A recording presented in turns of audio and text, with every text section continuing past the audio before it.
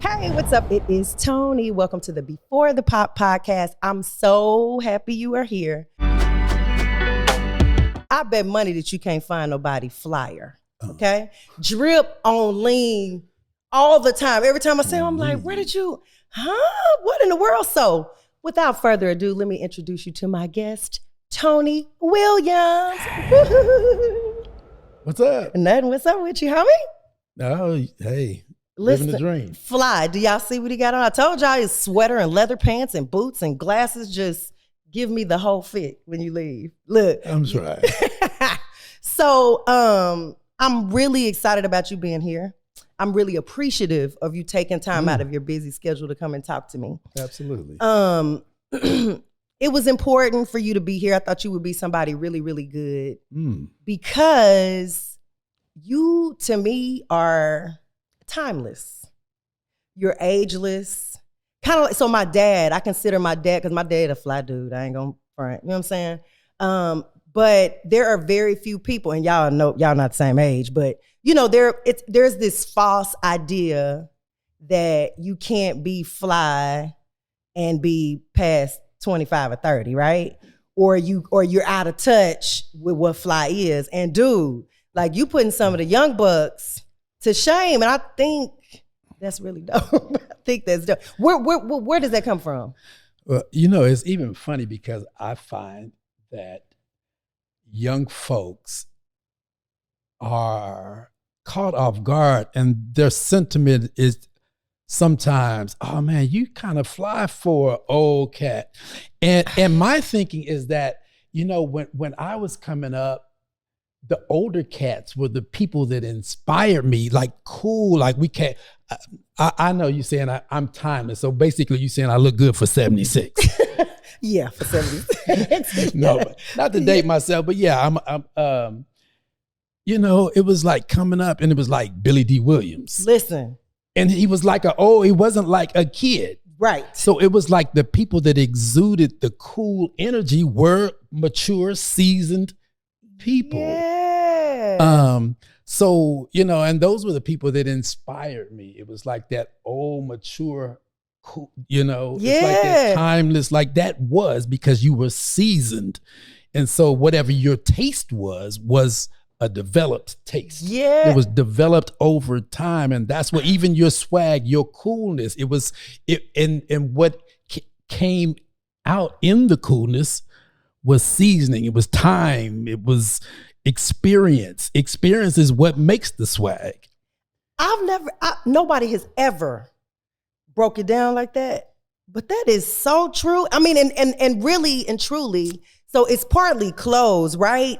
But I think the thing that makes you so fly is because it is seasoned. It's like it's developed experience. because my mom used to dress me when I was a little kid, and so and then just being a creative at my center, yes, artistic.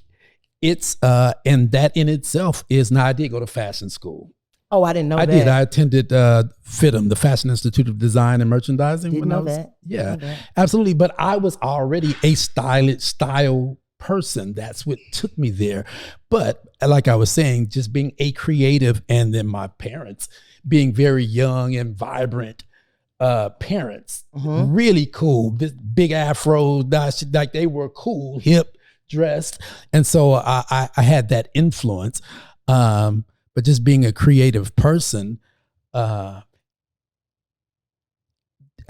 swag is something that is developed. It don't happen overnight. And if it happens overnight, you're just mimicking. That part. So somebody can go and get just the looking sweat at something, but you don't understand what is underneath it, what makes it work. It's all seasoning and developing, and that in of itself, and that's always something I talk about as far as you know, I'm a process person. So everything is a process. Nothing happens overnight. You develop everything. See, you talking my talk. You talk about talk. So we can end the pot. Thanks, folks. It's been done. No, really though, it is I have never, as many times as I've had that thought process and thought about it, I've never thought about the fact that the seasoned is what makes it fly. Like, I've never thought about that. It's like, so the young bucks think they the one doing it. It's like, dude, we done this 10 times over. You just getting to the fly.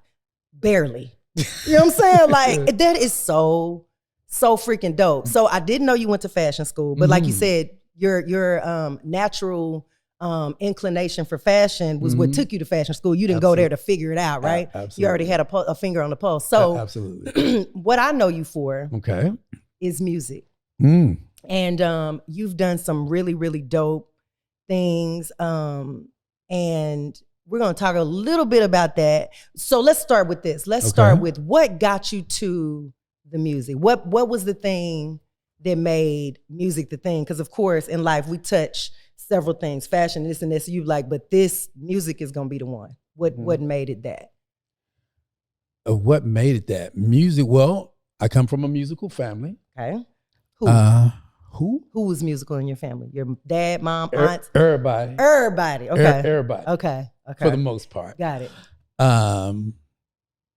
Yeah, so that, and you know what? Music, especially music of that time, it spoke to me. I felt something from music. I can't say that I feel that same thing from music anymore. And some contemporary music. Okay. I think there was a magical something in the music of that time that resonated inside me when I heard it. And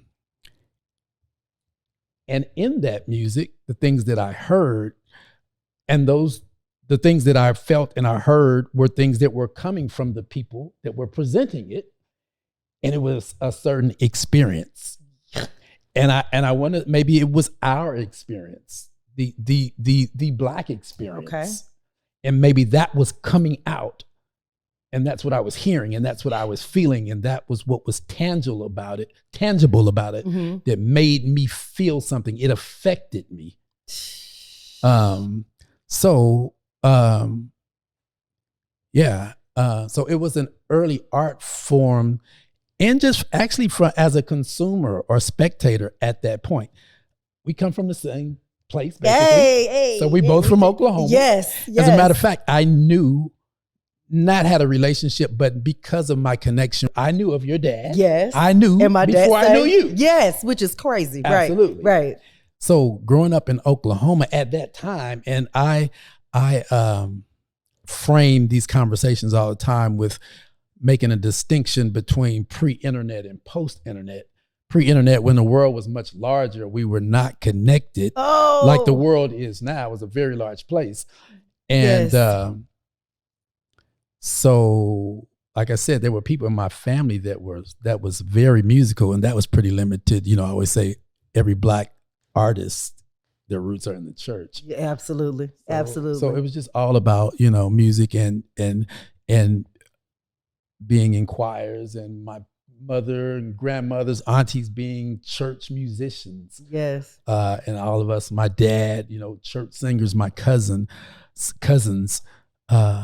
But once again, living in Oklahoma and never being able to walk down the street or walk in a store and see a celebrity, an artist, you never aspired because you never thought that it was attainable for you. Yep. The only thing I remember being from Oklahoma, like on the Black music side, was the Gap Band. That was it. So my aunt had a choir, an urban choir. I don't know if we've ever had this conversation. We haven't. In Tulsa. Okay. In the early 70s, called the Ghetto Youth Singers. Wait a minute. That was my mama know about the Ghetto Youth Singers. My aunt was the director. She built that choir. That was her project. Shirley Scoggins. Shut up. It was, so let me tell you this. My mom, there are certain things that will come on, or certain time steps that happen in history, and that's gonna always come. Like, girl, that's like the Ghetto Youth Choir, baby. Tulsa, yes. It was God's property of the 1970s. Listen, way before there was God's property. It was the urban teen youth choir of the early 1970s. Civil rights music, protest music. See? to be young, gifted, and black era. My mom, she says that, she's like, that was back in the day when we had the ghetto. She mentions that a lot. So in that choir was the Wilson brothers, Charlie, Robert, and Ronnie that later became the Gap Band, but they were teenagers at that time. Alfred Woodard was in that choir. And my mom was in school with all of them. You know what I mean? Like, that's crazy. And so my cousin, for example, like Charlie would have been 16, 17. I was probably 7 or 8. Got it. So when I referred to him as Uncle Charlie, he kind of was Uncle Charlie. Kind of Uncle Charlie. Yeah, like for real. Not just the moniker. Right. Yeah. So other than that, but like I said, they weren't the Gap Band yet. So, but the blessing was, this is what the blessing was, that I feel very blessed and very fortunate, is because I was always around greatness from the beginning. At any level, they weren't the Gap Band. So my earliest, interaction with people that played music, that sang, there were artists, there was greatness. It was greatness. And because they're different levels. Yeah, there's different levels. It's different levels. Like my uncle played keys, like, do we? Like, but then it's like, oh no. Yeah. So it established a standard for me, and not just them, but all throughout. It was like everybody I interacted with that God put me next to, in front of. It was great. It was great. Great. And so you set a standard for yourself. It's like, oh, this is what it's supposed. This is what it is. This is what it's supposed to be. If it's anything less than this, it ain't right. That ain't right. See, that's what I'm saying. And I'm going back to what you said about music having a feeling. Mm-hmm. Now I struggle with listening to anything new. Mm-hmm. Right? Like, it's not, I listen to new stuff and I can appreciate new artists and I appreciate rap and all that stuff. But if you get in the car with me, it's probably some James Brown, some Aretha, it's always something like that happening. Because it had like a feel to it. It just felt, and you could sometimes when I hear that stuff, even stuff that was further on into the 80s, because I'm a little younger, I could close my eyes and smell what was in the air at that time. Memory. This is when Mama used to make spaghetti, and it's just reminds you of good times. Yes, it does. One of my favorite books, music books, but book period, is a book by an author by the name of Nelson George. Okay. Big music writer, Rolling Stone, Billboard, wrote the biography, Michael Jackson's biography, but lots of works, Nelson George, but it's a book called The Death of Rhythm and Blues. I got to get that. Yes, definitely. I got to get that. But in a nutshell, he basically said what happened was when we began to integrate into the suburbs and we left our communities, and the energy that we had when we were all lived in the same community. We went to the same few stores and gas stations. The radio station was the community station. You learned about all the public and community events, and everything in your town and your community was the connection, was the radio station. It's just everything about it. We were, more active with our kids in schools. It was all the families, the kids, we supported them in music, the sports, the marching band. We were a community before we integrated and moved out of the communities. And that's what killed R&B, because the experience became different. Wasn't as much struggle in certain ways. The magic being the struggle sometimes. The magic being the struggle sometimes. Because what's funny, when I think about my kids, I be like, y'all don't struggle enough. You know what I mean? You just wonder, interesting enough, because that's how the book starts. His kids, he starts the book and his kids are in the suburbs with integrated schools. They have no sense of that community that they have left. And he's pondering inside himself, have I made the wrong decision by trying to make sure my children had better life than I had? Yeah. Did I make the wrong choice? That's a constant conversation, I think, with people that have, leveled up, I guess. Yeah. Or what were you about to say? No, that was basically it. His children didn't have they had an experience of an integrated world, and it was, their values and everything, sense of everything was totally it was disconnected. Different. Yeah. Totally disconnected. That's I got it. Is Nelson George? Nelson George. Okay. Yeah. Yeah, no, you said a mouthful just in this short. This is really good because I've never thought about the desegregation piece of what our music feels and sounds like, because we got gentrified music now. Gentrified music. It ain't a struggling. I mean, not that you have to be struggling for it to be good, but the conversation and the ooze of it is just, what comes out of it is very superficial, and you don't feel things that are superficial. You don't. There's many. I had a conversation with an artist. He's a reggae artist, and he was his struggle was that he felt like the world would never give another reggae artist a chance because of Bob Marley being on the throne. It's time. His struggle, his gripe was, there's room for a new person. And so I bounced that question off another close friend of mine that was also a reggae artist. And I said that, and he said, no, that's true. There will never be another Bob Marley. Reason being is because nobody will have the purpose that Bob Marley had. I mean, and that's a real conversation. So when I was young, I did my first demo for a deal when I was 11. And when your parents is picking the demo that you're going to do, they're going to pick something grown. I guess it wasn't really a lot to be, it wasn't a lot of kid songs or younger songs. But Jackson my first 5 when they first came out, they were singing some old cats. Yes. So the first the first demo that I did was a Donny Hathaway song, Love, Love, Love. Why'd it take so long? I mean, song was crazy. Right. But I'm 12. Right. I don't know. So I can sing the notes. I can do the harmonies. I could do all the things. But you didn't know how to emote. But I didn't know how to emote. What you were supposed to be emoting. I didn't know how to emote. And you probably didn't need to be emoting. Right. Not at 11 or 12. I sure loved it.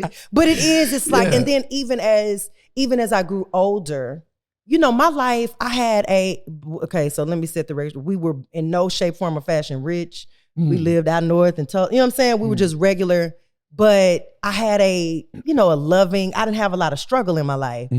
So even moving forward as an adult, it was certain things that were hard for me to emote or pull the emotion. You know what I'm saying? I don't have this struggle. So it was just really, really hard. So you make a very, very good point, because now a lot of things are superficial and just very surface. Very surface. Look, I need to write that down. I'm gonna start saying that like I came up with that on my own. I was thinking the other day, as okay, so you came from a family of music. Everybody around you, excellent, whatever. You've seen a lot of stuff. What made you commit to that? Did you make was it a thing where it's like, okay, because you were in a band. Was the band called Colorblind? Did I make that up? Colorblind, is that right? Okay, so you were in a band. How many bands were you in over time? Was it just that one, or is it? No, there was several bands. Now, what was your ultimate question? So my ultimate question was, what made you settle? What made you say, you know what? Because after the bands dissolved, you could have said, okay, I'm just going to go into but you still chose music. What kept you there? What made you commit to it on that level? So, what got me into it was the first band. You mentioned the band Colorblind. And those were some friends that I had grown up with that had started that band. They had already had a record deal and lost the deal by the time before I was really in the band. Yeah, but my introduction to them as being really some of the first people tangibly that I could relate to and really set my eye, somebody that showed me something that I could say, this could possibly something that I can do. Okay. They were very creative. I was inspired. First of all, writing, producing, making their own songs. Okay. So, before I went to fashion school, I was at the University of Oklahoma in a journalism school. So I wanted to be a writer. So I was a writer.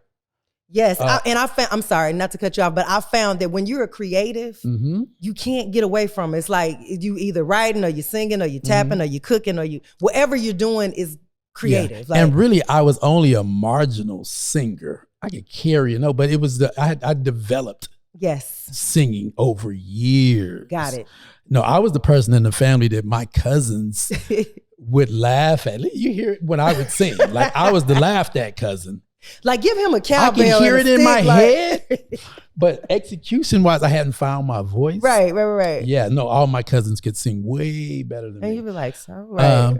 But I was intrigued by the ability to write and craft the music first. I'll figure the singing part out later. Right. So, okay, so I can utilize one of my skill sets.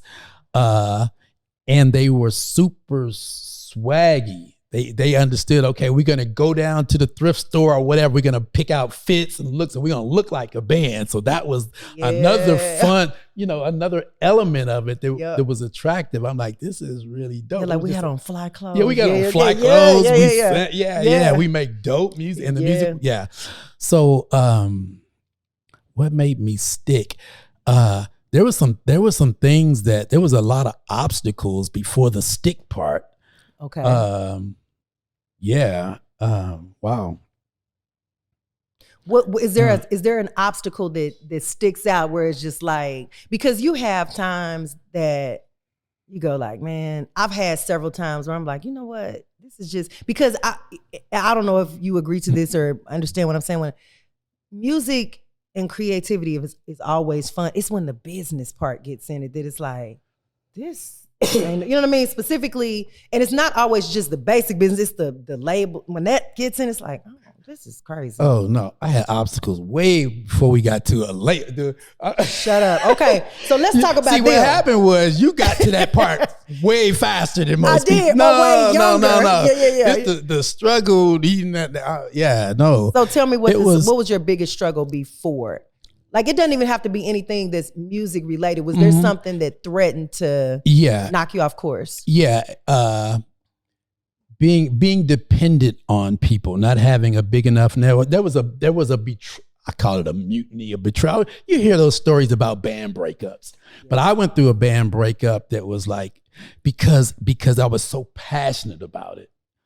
And I'm going to use the word betrayal, but it was kind of like that. I felt like I was a visionary, and sometimes if you're a visionary, there are people that will resent you for your vision. Because it's like I have this saying that if you don't have a plan for your life, life will make a plan for you.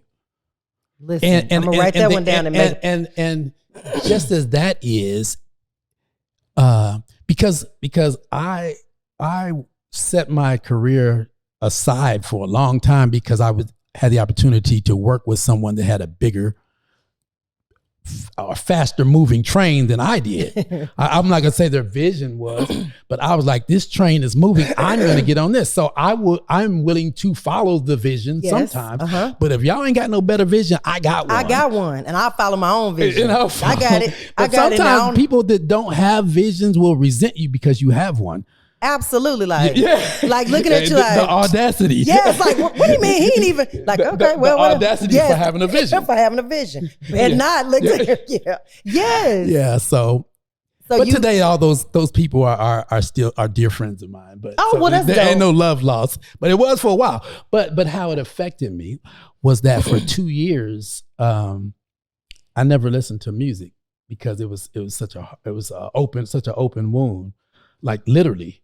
Like between 1990 and 1992, I never watched Donnie Simpson video soul, never heard the radio, nothing. Like there's a blank, there's a hole in my life. Like I had to come back like years later and hear like the Fugees and Lauryn Hill. And you were like, what's this? This new? They're like, man, they've been out for 3 years. Really? Yeah, I had to go back. I didn't know any of that body of work or like any of that. I missed 2 years of music because I just refused to listen to it because it was such an open wound. So yeah, it was some struggle. And then once I came around after that, I got back into it. But then by then, a few years after that, then I started having a family.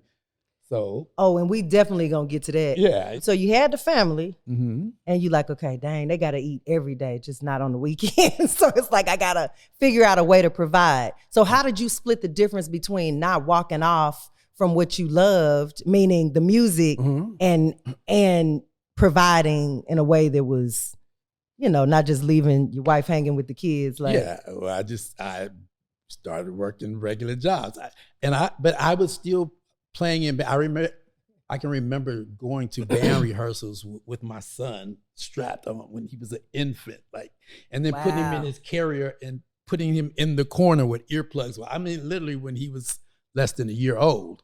So they came into the world knowing me doing this, but it was just, it was, what's the word I'm looking for? Not a hobby, but it was a hobby. It was a hobby. You were like, I can't quit my. So what did you do? What did you do for a regular job? I ask people this all the time. What'd you do? After 224 menial jobs, actually in my previous life, before being a professional musician, I'm actually a hairdresser. Okay, so you know what? I was like, did I make that up in my head? Because David Mann was also a hairdresser. That's right. And so I'm like, maybe I'm mixing it. You were a hairdresser. I was a hairdresser. Right, and you did well being a hairdresser. I did very well. See, okay, so it was still. So I asked because I had one of my friends. I don't know if you know Slick. He was a producer, and he was saying he got him a job at Walmart. He was like, I was like, and ain't nobody mad at that. Like that's what has to happen sometime. You know what I mean? Yeah. So you got the job. You kind of found your sweet spot between being a musician and being a regular grown up. So I haven't mentioned the fact that you were on tour with Kanye for how long was the tour? How long were you out on the road? From 2006 to it felt like now. That's what I was about to say. Like it felt like it was forever, right? Forever, okay. Yeah. So, but beginning 2005, actually. 2005. That's crazy. So what were you doing right before you got the call to do that? Were you like still doing hair? I was. Got it. How did that go? In fact, after I did my first album, wait. Yeah, it was College Dropout. Okay. And then his first album, I was on. right. But then the second album, but I didn't do that tour. John Legend was touring. That was the College Dropout tour. Got it. Which they were small tours. He wasn't doing like arenas yet. But then they did the Usher tour. It's also John Legend. Okay. Late Registration album. I recorded Late Registration and then went back to the salon.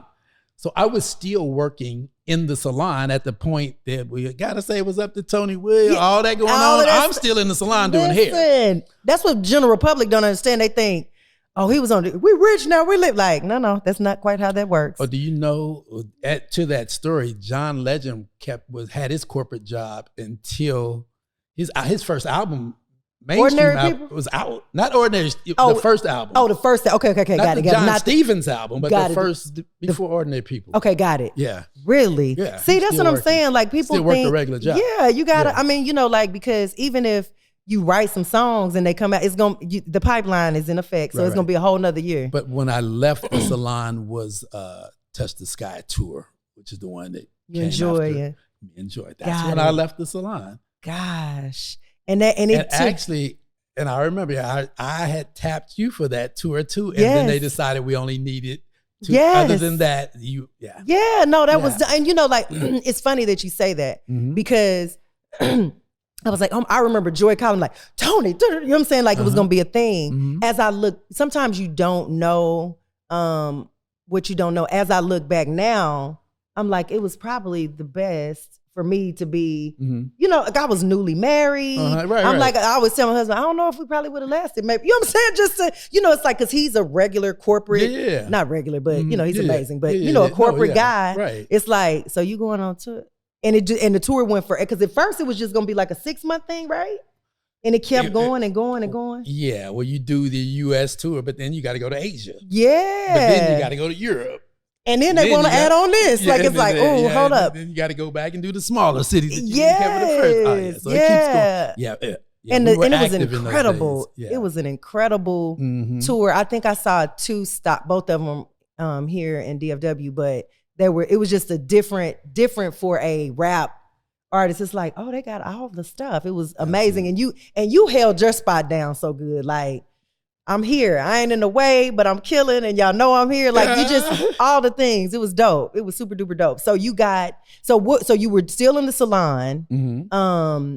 And he just, was it a thing like, we're going on tour, put some singers together, and you're like, let's go, mm-hmm. and just figured it out? Yeah. Well, thanks to John Legend going up and couldn't do the tour. He was John Legend now. Got it.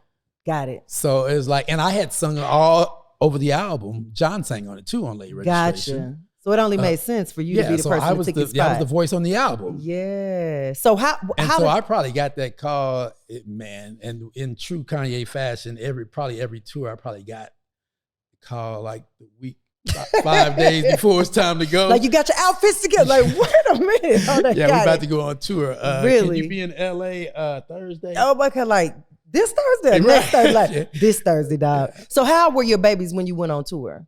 When the first? Ooh, that's a good question. I'm gonna say, I don't know, 5, 6. I'm just guessing. I'm not. I mean, no, but I'm guessing as I'm looking at as I'm thinking about it. Yeah, they was probably 5 or 6. Y'all listen, and y'all, you don't understand. You and your wife, y'all gave me so much game. Y'all the first people that told me about FWAFA. Y'all told me about because y'all school. Yes, school for performing arts. School, yes, like arts. y'all get, and I was like, oh, this is dope. I never heard of it. And y'all, I was teasing y'all earlier, but y'all didn't put out some superior citizens. Oh, thank you. In this joke, I like to say that's probably one of my greatest accomplishments over all of the musical accolades and stuff. I'm just blessed to have raised some amazing children. That to me, I feel the same way. Like that's a bigger contribution. Absolutely. In my mind, to be able to, because it's not easy to put out good humans, right? And so Absolutely. To be able to do both good music and good humans, you throwing down, like, for sure. Mm-hmm. What keeps you on course at this point? Because there's a lot, there's a lot of politics involved. There's a lot involved in just, because when you're just in the band in Oklahoma City, you know what I'm saying? You're doing the clubs and it's, miniature, but what keeps you at it? Because every time I look up in my feed, I'm like, oh, he got a new single coming out, and with dope people, not just he recording in his back room and he got his little outfits. You know what I mean? It's everything is on a high level, right? Mm-hmm. What keeps you going? What keeps it going? Well, it's funny you say that. And what's the name of the show? Before the Pop. Before the Pop. What's funny about that is that I still feel like I'm before the pop. And you might be. I don't think I popped. That's the crazy part. You didn't pop, but you still might be before the big old pop. I always tell people that I think I'm the longest, how do I say it? The longest tenured new artist. That's a good way to say that. Because I'm still a new artist. Yeah. I feel like. Yeah. And so I don't feel like I've arrived. And so that's what keeps me going. And I feel like, however, back to that seasoning, developing, going through the process, I've been in the process so long. I do feel at this point like Steph Curry shooting from half court, and I'm gonna make it every time at this point. Yeah, you got the formula. You got it. You know what I'm saying? You got the formula. It's a formula. But that took time to develop. That was it. And it's processing. And I think back to that process thing, those were things that, once again, being really blessed and fortunate to have always been around greatness, but going back to those early choirs like the Ghetto Youth Singers. But when you're introduced to things, I don't care if it's sports or whatever, that you understand you got to practice, you got to learn it, you got to develop. Yes. That's a process. Yes. My son was a gymnast for many years as a youngster. Okay. From the time he was like 8 to 14 or something like that. Mm-hmm. And I always told him in his young adult age to remember that experience, because the gymnast, when you watch them do, say, a pommel horse routine, you see those elements in that routine that they started for at level 1. At level 1, you learn the basics, but then when you go to level 2, you build on it. Yes. Then level 3, you add 5 more moves. Then level 6, you build 5. So without level 1, you can't do level 10. You cannot. Because every level was 5 more fundamentals. Like my mom say, precept upon precept. Everything is, it's you adding onto it. You can't just start up here. Yeah. And have a solid foundation. And so lots of times us melanated people, we're not introduced to process. Sometimes we don't have the support to support us in team sports or ballet or gymnastics or tennis, those things. And hopefully when we're taught or educated that these fundamentals will take you through life. You can apply the same fundamentals in every facet of your life. So me understanding, I maybe that was the thing that came out of that long struggle and doing it just for the love of it. When I did, it wasn't about, you know what, when I first would take my bands in the studio and we record songs in the studio. We get them on a cassette tape. Of course you did, yes. But you know what? My only goal was when my friends got in my car, I could put my own music in and trip them out. They're like, yo, who was that? That's me. That's me, dog. And that was all I wanted to do. Yeah. That was all I wanted to do. But I wanted to be able to at least impress them. That's so true. I just wanted to impress girls. It wasn't even about the money at all. No. At all. I wanted to make something dope. And that's it. Yeah. That's all I wanted to do was just be dope. Because it's so funny that the foundation conversation is, because that was a piece of the foundation. That right there, what you were just talking about. It's like, at first, you know what I mean? Like, it's like, oh, it's more to it than just being dope for my friends. Oh, it was a level. That was one level and then you leveled up. I think now, because social media is a blessing and a curse. So you have these kids that go viral. And it's like, oh, I've made it. Never really microwave culture. Microwave culture, never really understanding that it feels like you've made it, but there's so much to, like for me, I've done countless live shows, right? Mm-hmm. So I've done it so many times that now if I do a live show, I know what people want to feel. I know the nuance. I know, okay, this ain't working. Let's switch. You know all the things. Mm-hmm. That experience that you took from what you just said, mm-hmm. how it even applies in making recorded music was the reverse of how music is done today.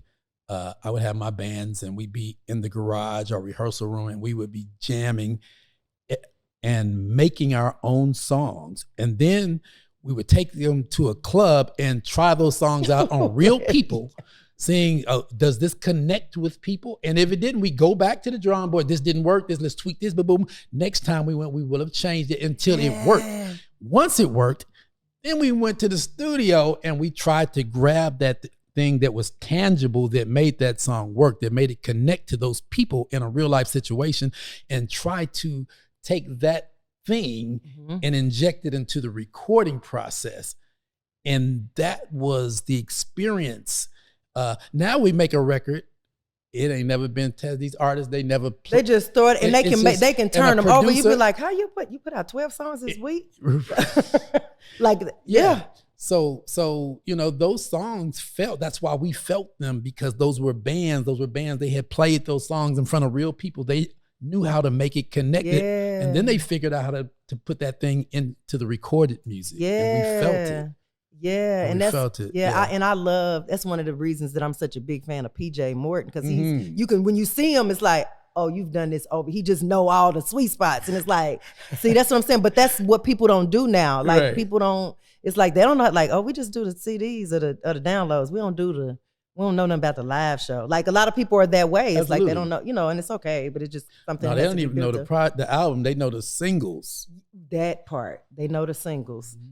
So you have a new song out? I do. BJ Chicago Kid? Yeah. Slide By. How you pull that off though? It wasn't easy. It was not easy. How you do it? Oh man. Well, I think that's the real. That's one of the things that I appreciate. I definitely appreciate the respect of my peers. I think it says a lot when a quality feature like that agrees to perform on a record so with cold. you. Yes. So yeah, going back to I never thought that I would be, but yeah, I'm very appreciative of all the other artists that have enough respect for me. But I've known BJ for a long time. We worked together on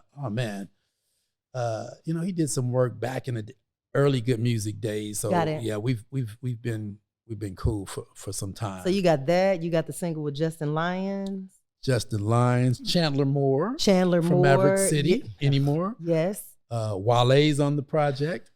You don't have like June 16th. Are we gonna talk about my album coming out later? Yeah. No, let's talk about it now. That ain't. Listen, June 16th. Y'all gotta go get the record. Like I know it's gonna be. You bring something different. You bring something real, something authentic. I like that word, authentic. Yeah, something authentic, not the same. Yeah, it's like because it's not just something rehashed.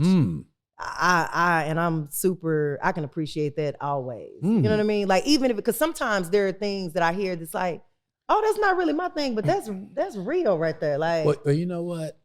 Back to that pre-internet days when music was very disconnected. And if you was from LA, you sounded LA. If you was from Philly, you had a Philly sound. But boy, that Oklahoma sound. Baby! Listen, that Oklahoma sound. So yes, having the good fortune of having come up in that era where I developed my own sound. In that time, in that era, every band had their own sound. Did. Their own sound. It was completely different. And you could say, oh, that's such and such. Now I get a little confused, like, I don't know who that is. But exactly. It definitely, Atlanta had its own sound, LA, Philly sound. I'm always trying to put my thumbprint, this is, when you hear it, this is Toni Williams sound. It's about, yeah. And that's another thing that I appreciate about what you do is because it is, when I say authentic, you do what you love, right? You do, like, I'm going to do what music I want to hear and everybody else will catch up. You know what I mean? Hopefully. Y'all go get that album June 16th. Hopefully, go get the album, man. No, buy 2 of them because your auntie gonna need she one. Gonna need because it's grown.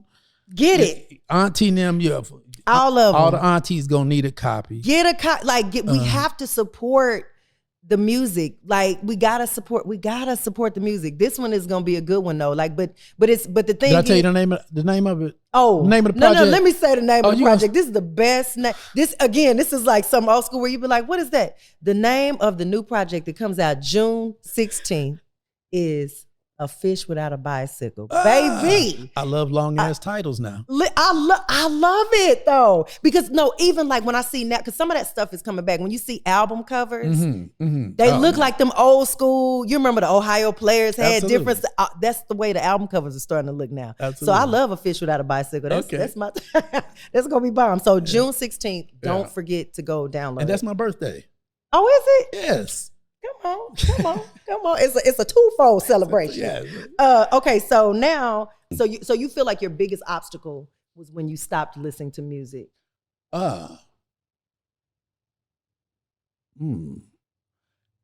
Yeah, and just life. And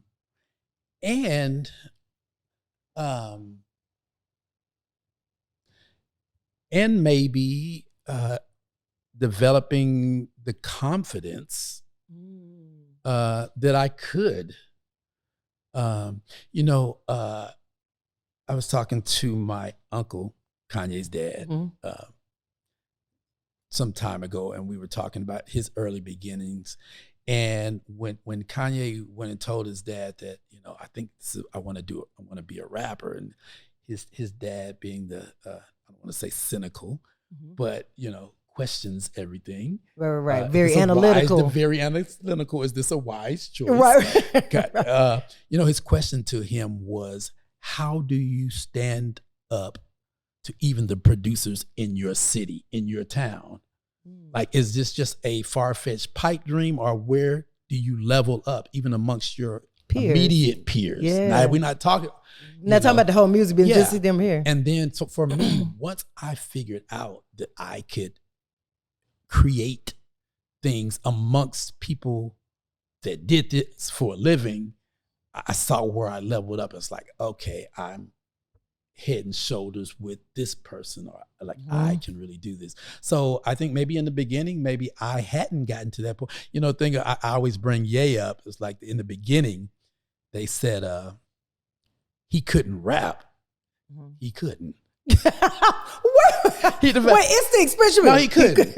No, he'll admit it. He couldn't, you know. Wait, I love it. Yeah, yeah. So before, you know, the car wreck and braces, I mean, like his teeth was outside his mouth. Right. You'd be like, that's an obstacle for you right now. So his tongue would get in the way, right, you know. Yeah, right. but he developed that. But prior to that, now we did have early confidence. We both were very confident, but even in the beginning, you know, and one of the things, just based on how we were raised, you know, there was never any PTSD. So we were encouraged, even as youth, to explore and never be afraid, you know. But still, you have to know that you stack up.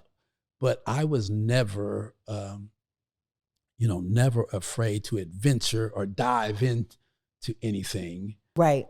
Because my parents were involved in my aunt, the ghetto youth choir was during the civil rights, coming on the tail end. So a lot of the songs, there were a lot of Donny Hathaway, to be young, gifted, and black. It was that era of Black power, teaching the youth, our young kids, you are beautiful, you are powerful, you are smart, you are talented. And those were the things that were driven into us at a young age. So we never had to overcome those. Right. Which is why probably before I was worthy of it, I probably thought I could do something. I was killing it. Yeah, because they told me I could do anything. Now, they told me that. Right, that didn't preface it with, nah, baby. Right. Yeah, no, but that's very, very true. There are certain things that I was just telling somebody the other day, you see the world through the filter of your life experiences. So if you've been told, no, everything's bad, then, you know, you filter the world through that and you make decisions based on that. So if you were told, you can do it, then you like, well, they said I can do it. You know what I mean? And absolutely. And so that's the way you were able to overcome. Your home base is super important too. Yeah. And then, and never having to be artist or creative, and always having a viewpoint to express that was mine, never needing permission. You know, sometimes we need permission. I talked about that on one of the things. We need permission a lot. I remember in the early 90s, I had a friend, he was a dread.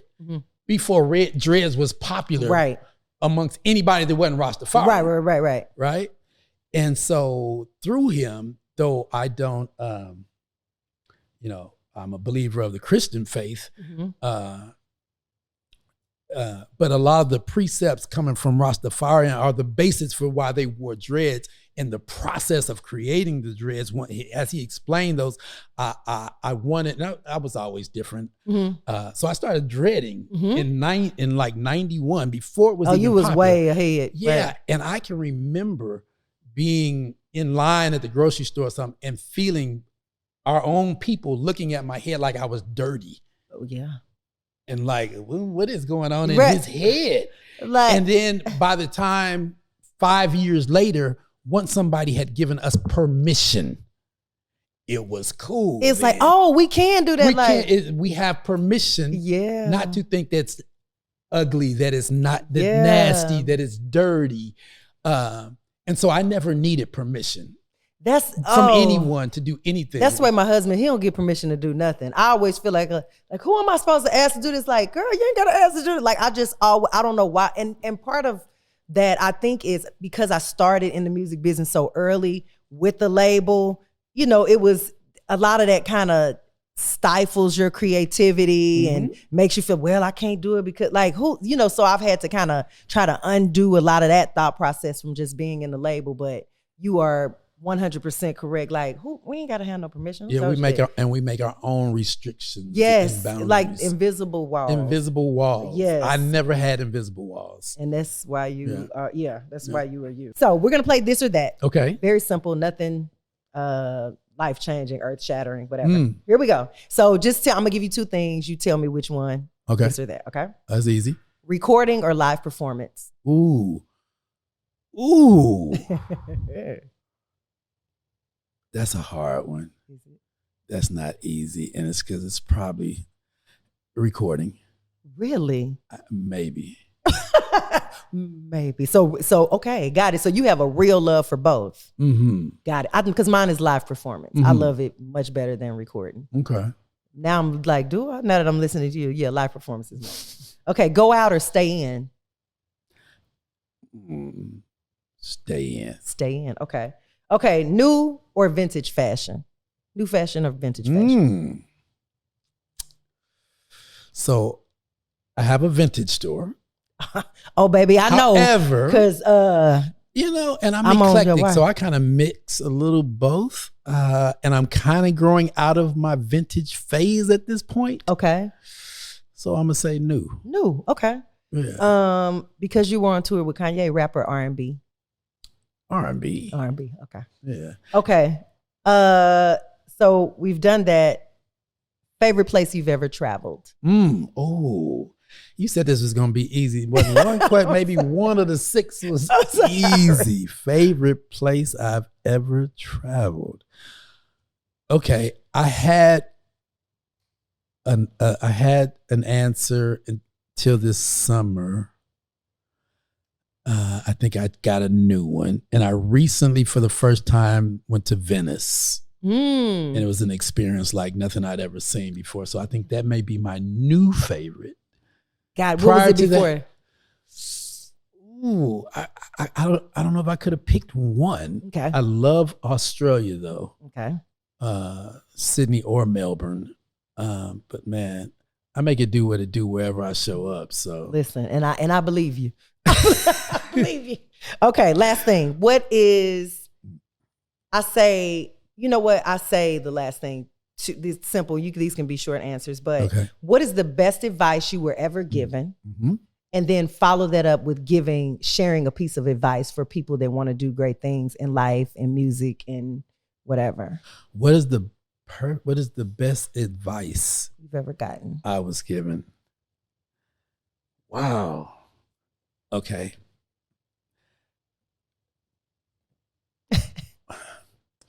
My grandfather, who was also Kanye's grandfather, was a great man. And he was a self-made man. I think his father left the house when he was 8 years old. And he became the man of his house with two other sisters and a mother. Started working as a shoe sign boy, probably as a preteen, and became a successful businessman. But he had a saying, and it was 2 words, and said, no pride.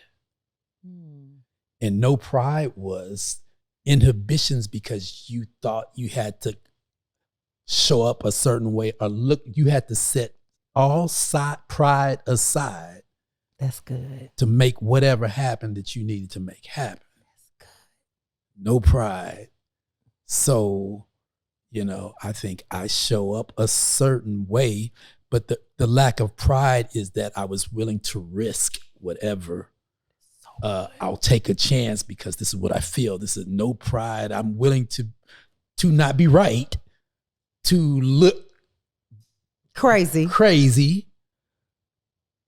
It's like, that's listen. No pride. That is really, really, really, really, really good. Like really good. Because I know that I've cut myself like, I ain't going in there looking all crazy like that with that. Like, girl.